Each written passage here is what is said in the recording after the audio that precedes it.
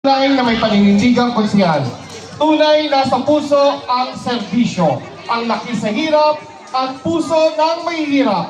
Ang Yorga's Choice. Number 10 sa balota, konsyal Awi Sia!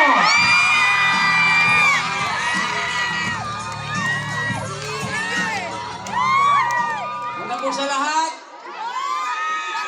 maraming salamat sa inyo at maraming salamat sa Diyos.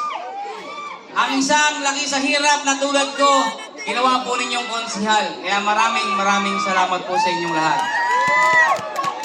Huwag naman po kayo mag-alala. Ginagalingan ko po. Gusto ko kasi na makita ng buong distrito at ang buong Maynila na mas magaling pala manungkulan ang laki sa hirap. Dahil alam niya kung ano ang problema ng mahihirap. Kaya po, huwag kayong mag-alala. Mas gagalingan ko pa. Dahil gusto ko, pagdating ng panahon, yung anak at apo ninyo ay tatayo naman dito. Kung pwede kay Awi Sia, bakit hindi pwede sa anak at apo ninyo? Pwede po. Pwede. Ginawa nyo na po sa akin. Kaya huwag kayong mag-alala. Makakagalingan natin para next time, apo at anak niyo, pwede rin maging leader, hindi lang ng distrito natin, kahit ng buong Pilipinas. Okay. Sino sa inyo ang nakaranas na humingi ng tulong sa konsehal at ang sabi, balikan mo na lang. Tama ba? Marami nakaka-relate ah. At pagbalik mo, ang sasabihin sa'yo, wala pang pondo. Bumalik ka na lang. Sa ikatlong pagbalik mo, sasabihin sa'yo, wala si konsehal. Bumalik ka na lang. Sinuwerte ka ng konti. Pagbalik mo, binigyan ka na. 100. Kamadyak lang. Olat ka pa. Tama ba? Abono. Pero nung binigyan niyo ko ng pagkakataon, ang ginawa po natin, pagpunta mo sa opisina ko, bukas, ihahatid agad sa bahay mo. May eleksyon man o walang eleksyon. Eh sana po, nasubukan niyo na yung opisina ko. Iyo ba? Sabihin mo lang. Pabalik-balik pa. Hindi mo na sinabi, ayaw magbigay. Dinadala niyo pa. Tapatin nyo na, kaya magbigay. Di ba? Balik-balik, di ka nga, 100. Yung isang konsihala, binigyan lang kayo kapirasong gamot, pinost ka pa. Hindi lang binigay mo, dami nakakita. Social media pa. Narinig nyo na ba yung paninira sa akin? Nakako raw, ay disqualified na? Narinig ko rin po yun. Pero hindi yung totoo yun. Wala akong katotohanan yun. Ibigyan ko kayong magandang laban. Pag si Awi Sia, wala sa balota number 10, nagsasabi sila ng totoo. Ngunit datapwat si Awi Sia ay nga sa balota number 10, nagsisinungaling sila. Nagsisinungaling sila, kaya huwag nyo na silang iboboto. Ang iboto ninyo, puro bago. Pwede? Kasi po, kaming mga luma, pag binigyan nyo kami ng pagkakataon muli, kung ano yung ginawa namin noong nakaraang 3 taon, pag binigyan nyo kami pagkakataon manalo muli, yun din ang gagawin din namin. Balik-balik kayo sa kanila. Bigyan kayo, 100. Tama ba? Para matapos yan, pumoto tayo bago. Your Miss Choice. Pwede? Pwede! Pag sila ng sila, digada na yan, maniwala kayo. Wala nang pagkakataon yung anak at apo ninyo na maging leader. Bakit? Sila na lang. Tayo, wala na. Pag eleksyon, sasabihin sa atin, tutulungan namin kayo. Tutulungan namin kayo. Paano mo kami tutulungan kung di mo alam kung problemang meron kami? Tama ba? Alam ba nila habang kumakain tayo, nag-iisip tayo kung sinong Bombay maarang natin bukas para may pangkain tayo ulit? Hindi nila alam yun. Ang alam lang nila, naya ng ulam. Tama mo ba? Eh, katotohanan yun eh. Tutulungan mo kami, di mo alam kung anong problema meron kami. Wow ah. Hinabi na rin ng tatay mo nakaraan yan. Hindi ginawa eh. Tapos ikaw na naman.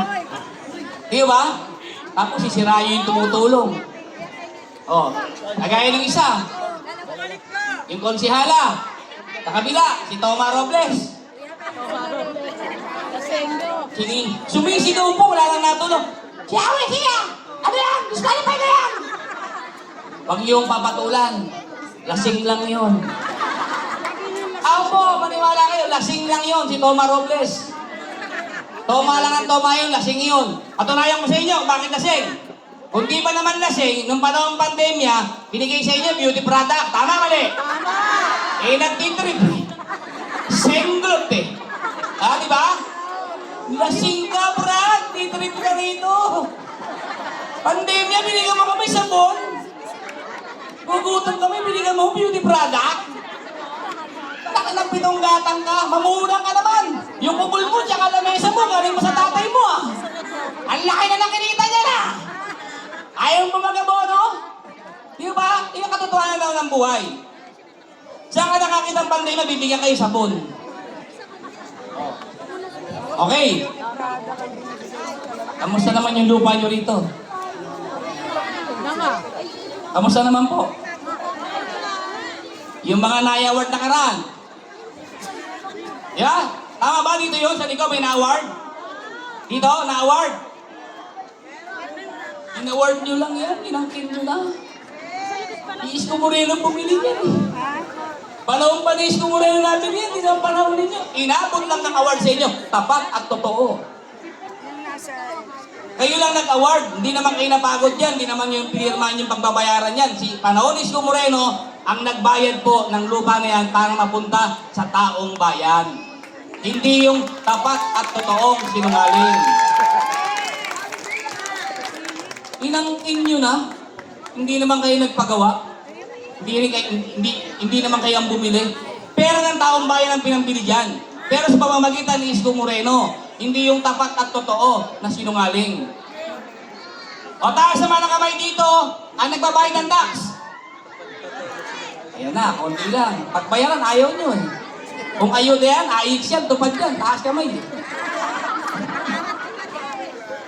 Syudad ng tax, kayo po ay nagbabayad ng tax.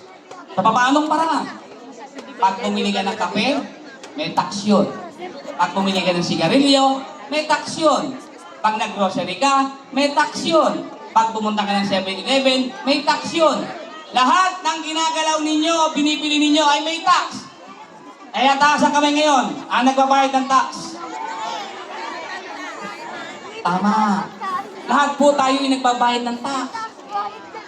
Alam niyo kung bakit ko tinatanong yan? Para alam ninyo yung karapatan na meron kayo. Karapatan ninyo kung ano man ang maitutulong ng gobyerno sa inyo kahit o sinong politiko. Dahil lahat po kami mga politiko, ang ginagamit naming pera ay pera ninyo, galing sa tax ninyo. Kaya kahit pag binigyan ka ng AIX, tupad, akap, kahit tabi, pag binigyan kayo, wala kayong utang na loob sa kahit kaninong politiko dahil pera po ninyo yan. Tama ba? Kinakalta sa inyo pa nga. Yung 2,000 nagiging 1,500 pa eh. Tapos susumi, utang na loob pa kami sa inyo. 1,000 ka dapat. Tiniran yung tiniran. Di ba? Wala ko kayong utang na loob sa kahit kaninong politiko. Kahit po sa amin, kaming elected, kami po, yung sweldo na nakukuha namin ay nanggagaling din po sa sa pera ng taong bayan sa tax po ninyo. Kaya pagka kayo, sinungitan kayo ng mga staff, sampalin nyo ng katotohanan na kami ay paswelduhan nyo lang. Kaya wala kayong utang na loob sa kahit kaninong politiko. Kulang pa nga yan. Kulang pa yung binibigay sa inyo. Yung tupad, AIX, akap, Hindi naman lahat nagkakaroon. Di ba? Pag di ka trip, negative ka. Di ka kasali. Pera ka. Di ba? Kala ko, pera nila. Hindi naman nila pera. Pera ng taong bayan yun. Di ba? Kaya pumili kayo ng tamang leader. Tayo po, kahit mahirap tayo, pwede natin tulungan yung kapitbahay nating mahirap kahit di mo siya binibigyan ng pera. Tama ba? Alam niyo ba paano paraan? Pumili kayo ng tamang leader. Yung leader na may puso para tulungan kayo. Hindi kagaya nung ngayon. Mahirap ka na pagpunta mo ng hospital. Yung laboratory mo sa labas. 2,000, 3,000 babayaran mo. Tama ba? 25 billion ng pera. Pinag-laboratory mo sa labas. Iyan naman kami. Saan napunta yung pera ng taong bayan? Tama po ba? Nung panahon ni Yorme Isko Moreno, lahat libre. Kahit CT scan, MRI, lahat yan libre, pati gamot. Kaya, maging matalino tayo sa pagpili. Pag binigyan kayo ng pera, kunin ninyo. Bakit? Pera nyo yun. Pera yun ng taong bayan. Kumita pa sila dyan. Kaya wala kayong utang na loob sa kanila o sa amin. Dahil kami paswelduhan nyo lang. Maraming salamat sa inyo at magandang gabi. Manila!